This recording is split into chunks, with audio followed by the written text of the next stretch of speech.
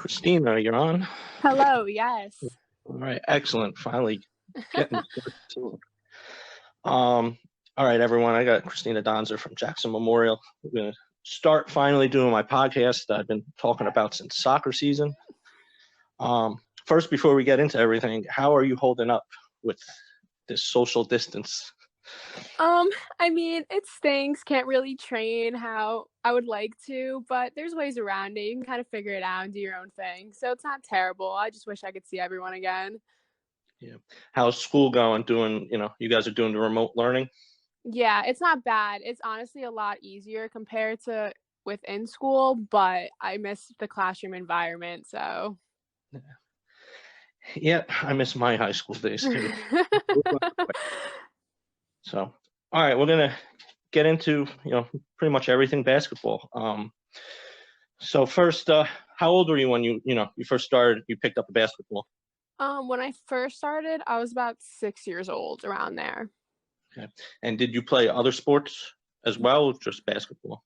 Yes, actually, I was mainly a soccer player, and I kind of just played basketball on the side for fun. And then I played for probably about 11 years, just strictly soccer, and then I switched over to basketball. What was the reasoning? You decided that you like basketball more, switching from. Well, it was kind of like a tight spot. We had to figure out like timing and like money wise if I could do AAU and play travel soccer, or I had to pick one or the other. So it just kind of came to like the point of which one I think I could have had a future more in and which one I enjoyed better. So then I just chose basketball. Actually, wanted to touch base with that.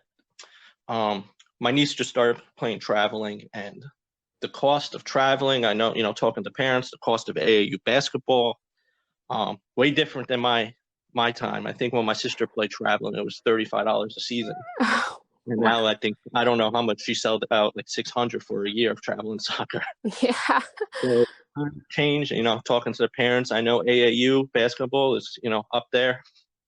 So I know it puts a burden on, parents, trying to do what's best for the kid, but picking one sport. And then also you got, AAU, similar to traveling soccer, it's more of an all year thing than, back when I was in high school, everyone played 3 sports, it wasn't a full year of just doing one sport. Yeah. So I want to talk about your family a little bit. Got to know them pretty well this season. Very supportive. They're at every single game of yours, which has to feel good. Of course. You have a sister. She play any sports? Yeah, she actually played basketball in high school at Liberty, and then she played soccer, but she played soccer in college at OCC, and she ended up being an All-American goalie. So athletes run in the family, obviously. Yes. And I know your mom coaches high school sports. Yes. She was trying to get me to get to softball games. If there was a season, but I don't know if I could say that. Yeah. Did that when I wrote for the newspaper. It was dragging sometimes. Mm-hmm. I want to move over. Let's talk about AAU a little bit. How old were you when you started playing AAU? I was probably about like 11 or 12 when it was around when I stopped playing soccer. Okay. And what was the first AAU team you played for? I first played for the Shore Shots with Tracy Sabino. That was like one of the first AAU teams that we knew around here that was kind of had like my age group and everything. So yeah, Shore Shots, everybody knows about them. And then you moved over to the FBC Defenders? Yes. Who were your coaches there? Coach John Stone and Andre Williams. Okay. Yeah, I think Andre follows me on Twitter. Any other teams did you play for? Yeah, I actually left the Defenders briefly and then played for the Heat, which was the Jersey Warriors, for Dennis Adams. Okay. So you played with Destiny a little bit? Yes, I did. Okay. Who else was on that team? It was Jada Bing, Kamari Reynolds, Annie Mako, Dakota. Okay. It was a lot of great players. Yeah, That is a pretty stacked team. Yeah. And then you ended up going back to the Defenders Yes. after that. How old were you when you went back to the Defenders? Was it recently or? I'd probably say when I was about 14 or 15. Okay. And that want to talk a little bit, obviously, Bianca playing with you on the Defenders. I watched the highlight clips, this past, last summer, let's talk about playing with Bianca. First, how long have you played with Bianca? Because you two have a great chemistry together.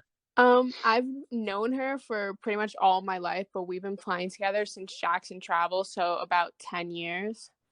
Okay. Your opinion of, she is a truly pass-first point guard. Absolutely. How does she make you a better player? Well, she just looks for the reads. Like, even if, say, like, as like a shooting guard, you think you're open, but you don't really realize how close the defender may be. So she'll be like, okay, cut through. Or like she's the quarterback of the team. So she tells us where to go. She knows when to throw the ball. She knows by the look, like a glance, what's going to happen and where we're going to go. So just having that connection, it just builds myself and builds the team to be like closer together and know what each person's going to be doing. When I used to play street ball, I had a friend passed like Bianca. When you're going down the court, fast breaking, your head needed to be on a swivel because you never knew when that pass was coming or where it was coming from. Yeah. All right, we're gonna let's move into your high school career. You had a great basketball career. You also played. I know you played soccer. Did you play any other sports? I played lacrosse for freshman and sophomore year. Okay. I know zero about lacrosse.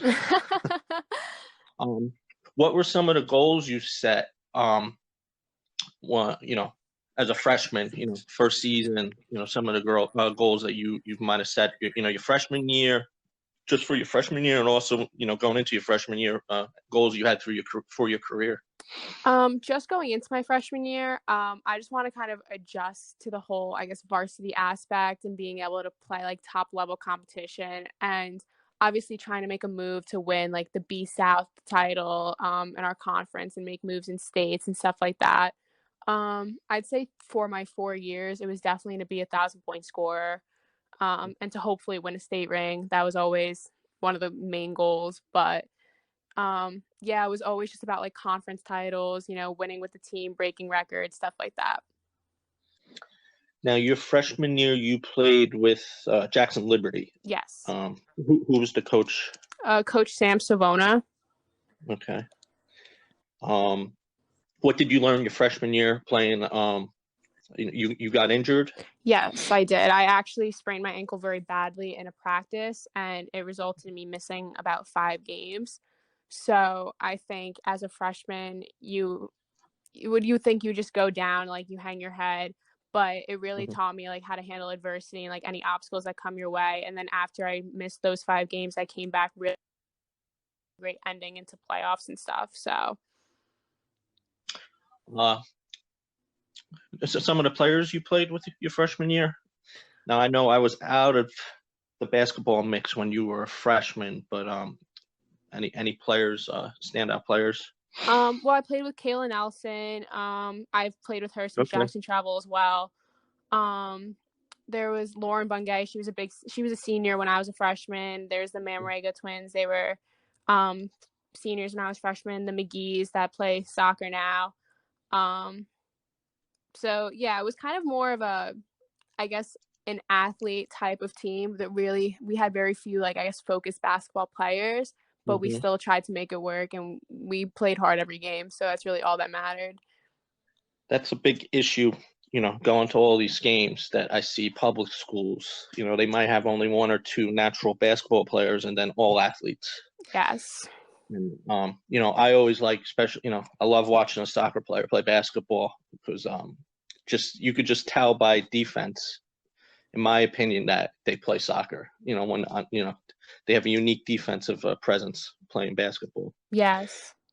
After your freshman year, is that when you moved to Memorial? Yes. Okay. play for Rachel. Great coach. Talk a little bit about, what's like playing for her. It's an experience that I feel like most players wouldn't even get to have. She's so motivated and dedicated, and she cares about her players and obviously wants to win. And she'll do anything to get us there. Like, we practice with scout team. Like, we have assistant coaches come in playing hard against us. We never take any light breaks. Like, every possession we go hard. It's always like her grind mentality, as she would say. So it was always just working hard, like doing the little things, focusing on discipline, which I think prepared me for the next level very well. Yes, we'll talk a little later about the Little Ballers camp. I love what she does there. It's not just basketball, it's conditioning. But we'll talk a little bit about that later.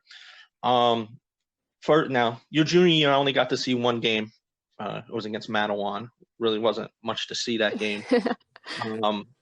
I talk about a little bit playing with Danny Evans, because I didn't really get to see her that much.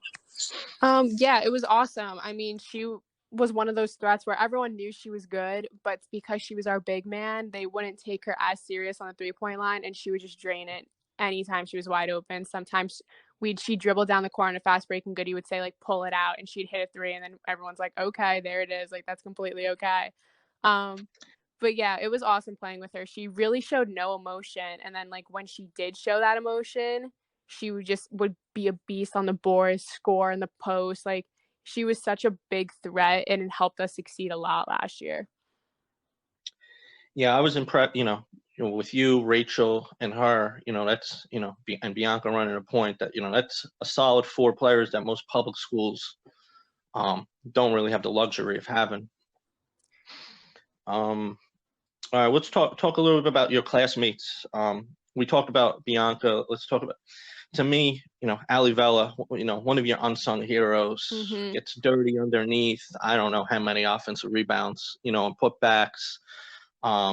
Just, perfect role player, does whatever, to my opinion, getting to watch her this season, whatever the team she needed to do to help the team, she did.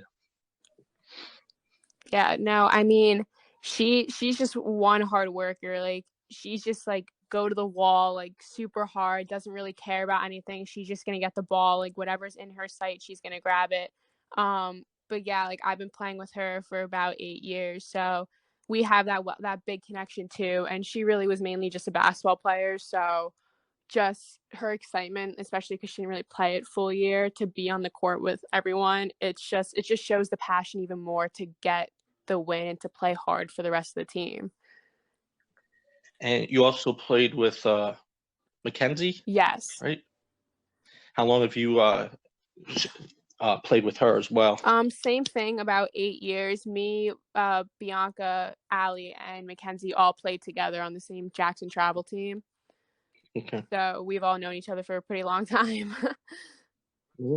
That's how public school, start developing good programs, starts from the middle school. I've talking to other public school coaches that wish their middle school programs and younger would start, working that way when these girls get to high school, they could be, competitive. Yes. We didn't talk about Rachel. Great shooter. How does she make your job easier, being such a lethal shooter, from outside, and she could also take it to the hoop whenever she wants? Oh yeah, I mean, she's a great player all around. But when teams would come and their scouting report was, okay, you need to look out for Donza and you look up for Capua. When, say, I would get hot, then it'd be a risk to, like, not guard me to guard Rachel, or vice versa. Like, if she was hot, it opened up for me. Like, I was hot, it opened up for her. So honestly, I think just having 2 scorers, and especially having a great shooter like her, like, you cannot leave her open. So it just created so much for even, like, the other girls in the team. Teams would be so worried about her and me that they would just, like, focus on Ali in the corner, and then she'd hit 3-corner baseline threes. So it really, like, I think that ability just to score opened up for so much within the team itself. Yeah. What I was gonna say, watching, the team this year, everyone got involved. Every player knew their role. I felt, and you were one of the most fun teams to watch. You played that fast pace that I love. Before we talk about your senior year basketball, I just want a little bit about soccer. You played soccer your senior year. Caught a couple games. Team went undefeated during the regular season, and then unfortunately, lost first round. Sure, lost first round in states. Talk about what was the decision that you decided you wanted to play soccer your senior year. To me, it was something. I think I brought it up with your mother. Knowing that you guys could contend for a state title in basketball. What made you want to play soccer your senior year? Yeah, it was definitely a risk of injury, especially with my ankles. Nothing, especially with that uneven ground. Definitely not in my favor. But Oh, your field, yeah, that was a bumpy field. Yeah, but I mean, I knew that this was going to be the last time that I'd ever play soccer again. So starting off with the sport that led to like my love for athletics, my love for basketball, I wanted to finish my high school career with the sport that started me off. That's good. What was your feeling, losing the first round in the Shore? My opinion, that bracket for the Shore Conference soccer was, for some reason, you guys were the 1 seed and you had I would say, had tougher teams than the 2 seed on the other side of the bracket. Yeah, the bracket was kind of weird, but I mean, it was really disappointing losing first round. We did have high expectations, but it happened. And as well in states, losing first round. Now, from my understanding, you guys lost to Clearview, right? First round in states. Now, I heard they were not your typical, 15 seed. Yeah. That they were way better. Talk about a little bit about the state game. Yeah, definitely was not a 15 seed. They were pretty good, and especially like me, like I know soccer, but like I obviously don't know it as well as basketball. But you can just tell like great players when you see them, and it was a tight game throughout the bat, and then they hit 1 goal in the second half that was kind of close to the end, and I think that was when we started to fall apart and our emotions started getting the best of us, and then that was it. Yeah, I mean, soccer, tough sport, because most of the time 1 goal could do the trick and it could be deflating. Yeah. Okay, let's go into basketball your senior year. Like I said, I got to watch this team a lot. One of the 3 top teams I like to watch this past season. First, let's talk about setting the all-time record for Jackson for scoring. What was the previous record? The previous record was 1679. And what did you finish with? 1824. Yeah. Now, to me, you were one of the most consistent scorers in the Shore. I mean, every game, you knew what you were getting out of you. The way you fought for offensive rebounds. I mean, early on in the season, I wish I kept track of offensive rebounds. I started doing that later in the season. I mean, there's some games where you 7 or 8 offensive rebounds. So not just the score, you did, whatever you had to do to help your team win. I want to talk a little bit about the Shore Conference. You guys played Point Beach for round 1, yes. right? Which is ironically the game you set the scoring record.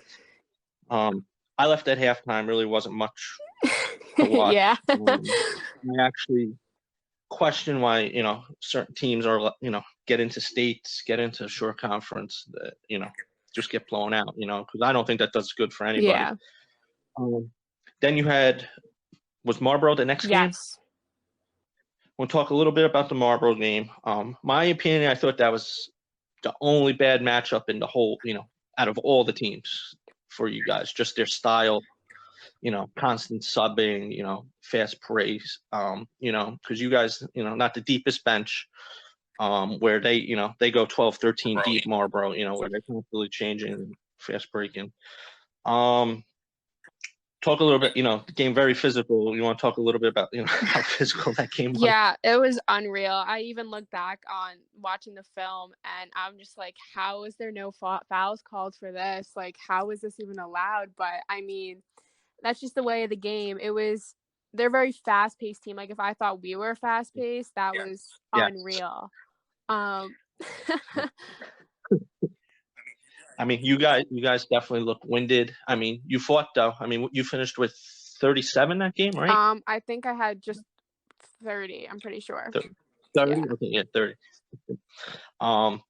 Now I talked to one of the assistant coaches at Marlboro during the non-public semis, and same thing. He didn't understand first why there was only 2 refs at such a both teams play fast pace. How they only sent 2 refs, and how some of these things weren't called. Both ways. Yeah. So we kind of had the same opinion as everyone else. He actually asked me if I knew. He said his team was hurting, like physically, after that game, and I said I'm pretty sure Jackson was hurting too after that game. Yeah, I mean, sadly, we had one of our girls tore her ACL that game. So yeah. You think she's going to be ready for soccer season next year? I mean, we're praying that she is. I'm hoping that she is. She's such a hard worker, but in the reality, I think she would rather be prepared for her senior year than forcing it now. So yeah, that's a good point too. All right, so you guys get upset. You didn't get upset. I mean, it was a pretty even matchup against Marlboro. You had a couple prep games before states, and then we'll talk a little bit. First game. Playing against Gary Litton's Lexi. I know how close everyone is with Gary being one of your trainers.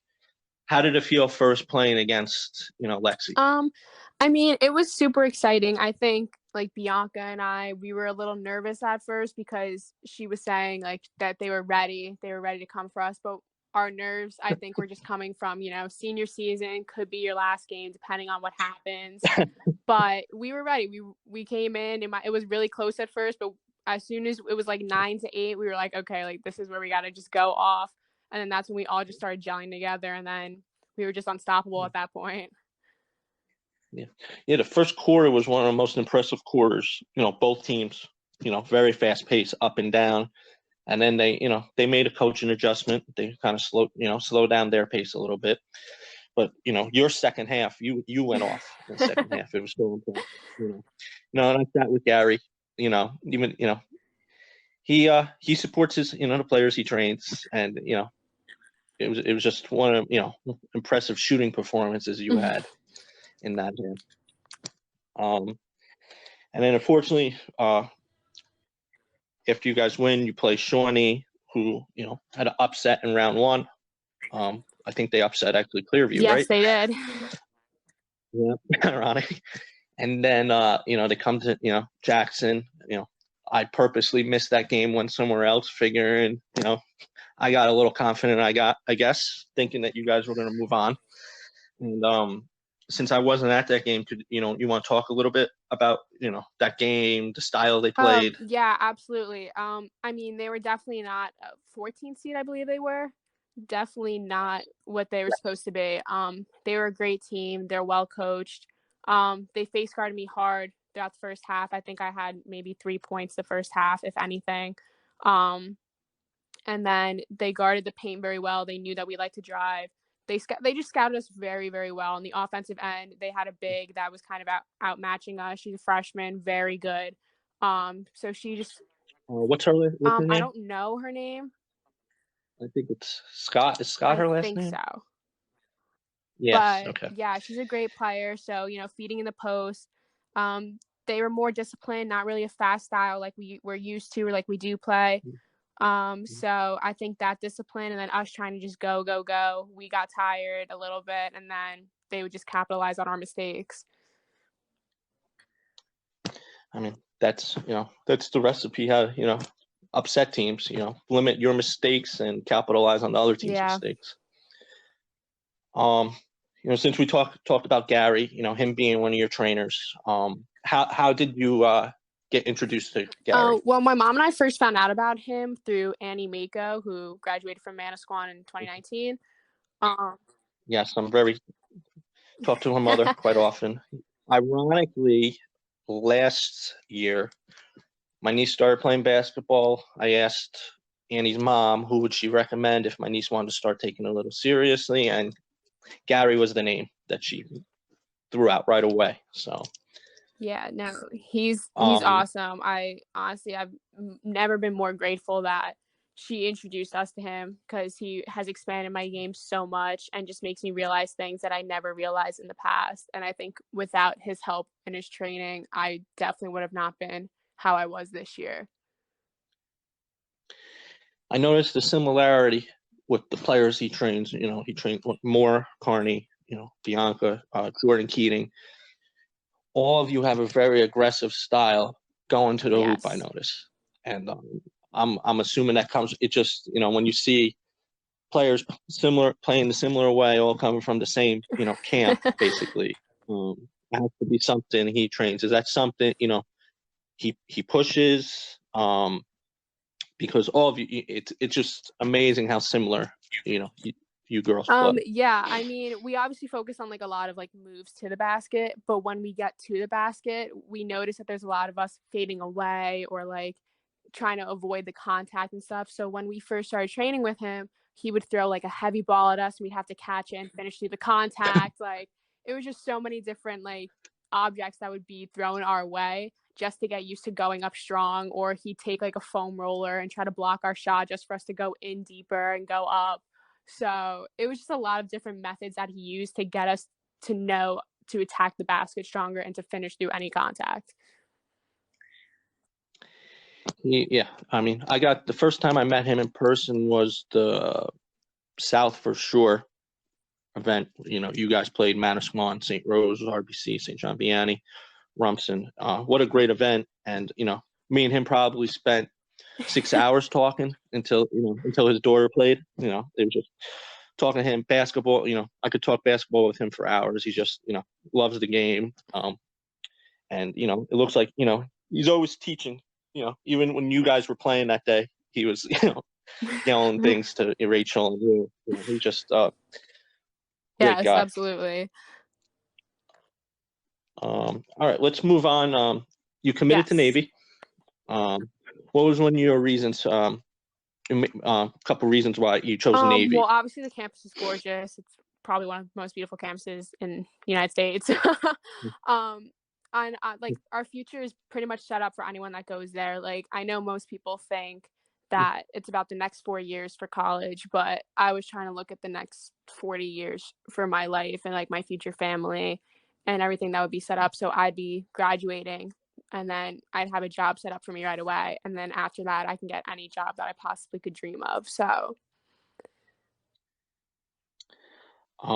I mean, that's excellent. What do you plan on studying? You know, any like, do you have a major picked out yet? Future goals? You know, what you would like your profession to be? Any of that thought of? I know you're only going to be a freshman, and people change their minds 6 times probably while they're in college. Yeah, I'm thinking about studying cyber operations, and then after serving my 5 years, I plan on working for the FBI in some type of way. Excellent, excellent. Let's talk basketball a little bit at Navy. What are some goals you have, going in, as a freshman and long-term goals playing basketball at As a Navy? freshman, I would like to be obviously like a rookie of the year, like constant like rookie of the week, stuff like that. But obviously to win Patriot League championships, I know we haven't really been as high up there the past few years, but definitely want to make that change next year. Make it to the NCAA tournament. And then in the future, just be another 1,000-point plus scorer, maybe 2,000, and then just be an All-American at that level. That's just a huge honor to be. I actually want to comment, getting to, like, I know you're just getting to know you this past season, very goal oriented. The fact that you said, going to Navy, it's not about the next 4 years, it's your next 40 years. I mean, it just shows you, where your head's at. And, you're always thinking long term, which is, great. How old are you? 17, 17. 18? How many 17-year-olds is planning for the next 40 years? Not many. So, all right. Last thing I just want to talk about, the Giving Back Sports Award. I remember the first day it came out, your mom sent me a text about how much this meant to you. Explain, why did this award mean so much? Well, honestly, I think that life is way bigger than just like basketball, any sport, school, just the typical things. I feel like it's more being a kind person, like being that person that you want to be, a role model, have kids look up to you, leaving like a legacy behind. Um, just being an example for a younger student athlete or any kid has been something that I've always like wanted to be. And giving back to the community is just one way that kids can see that the individual isn't as much as the community's supposed to be. I mean, that's perfect. I mean, again, 17 years old, you're, as much as, you give back, I see some of it, you helping Rachel out with the little ballers camp. My niece loves working with, you, Bianca, she got a big kick out of it. You want to talk a little bit, about Rachel with the little baller camp and, when she started it. And to me, it's good, especially if you get a lot of Jackson kids, you start developing them young, that way, when they get to the, middle school and high school level, good understanding, especially with Rachel's style. Yeah, no, it's so fun. I think all of the girls look forward to Little Ballers every Tuesday. We're just like, okay, you guys want Little Ballers? Oh, absolutely. It's awesome. Like seeing just like the young kids, their smiles, their faces, they're laughing, like starting to get a feel for the game. Even the ones that probably have no idea what is going on and they're still having so much fun. Like that's what we look forward to, and just having them look up to you and be able to have them listen on you teaching them something that you love and you've been playing since for the longest time. That's just something that we wouldn't want to trade. One of the games I brought my niece to this season for you girls was after she was sitting down waiting. Your mom wanted to introduce me to you finally, and two different players went up to her, my niece, knowing who she was, and she got the biggest kick out of it. I said to her walking to the court, "You're more popular than I am at these games." So it just shows how much that Rachel has the full team buy-in on this, and they look forward to it, and it's just such a good outlook. Last thing, I know you give back in a lot of ways. What are some of the things you do, help give back? So in the past, I've done Relay for Life for cancer awareness. I've done food pantries. There's a thing we do called Toys for Tots with ROTC. We donate a ton of toys, and like during Christmas time, we give them out to kids that can't afford to have as many toys as they would like to have for Christmas. I created for our alumni game against Wall, I made it into an American Brain Tumor Association fundraiser. So yeah, if I knew that, I would have been at that game. But I got my shirt, so I appreciate that. But what made you want to start that? Well, so my grandmother passed away from brain cancer. So I know every year Jackson has done like Jackson Day, where the boys team plays memorial, Liberty versus Memorial, for say like childhood cancer or whichever the cancer is for that year. So I wanted the girls programs to be able to feel that and do something better and to give back in that way.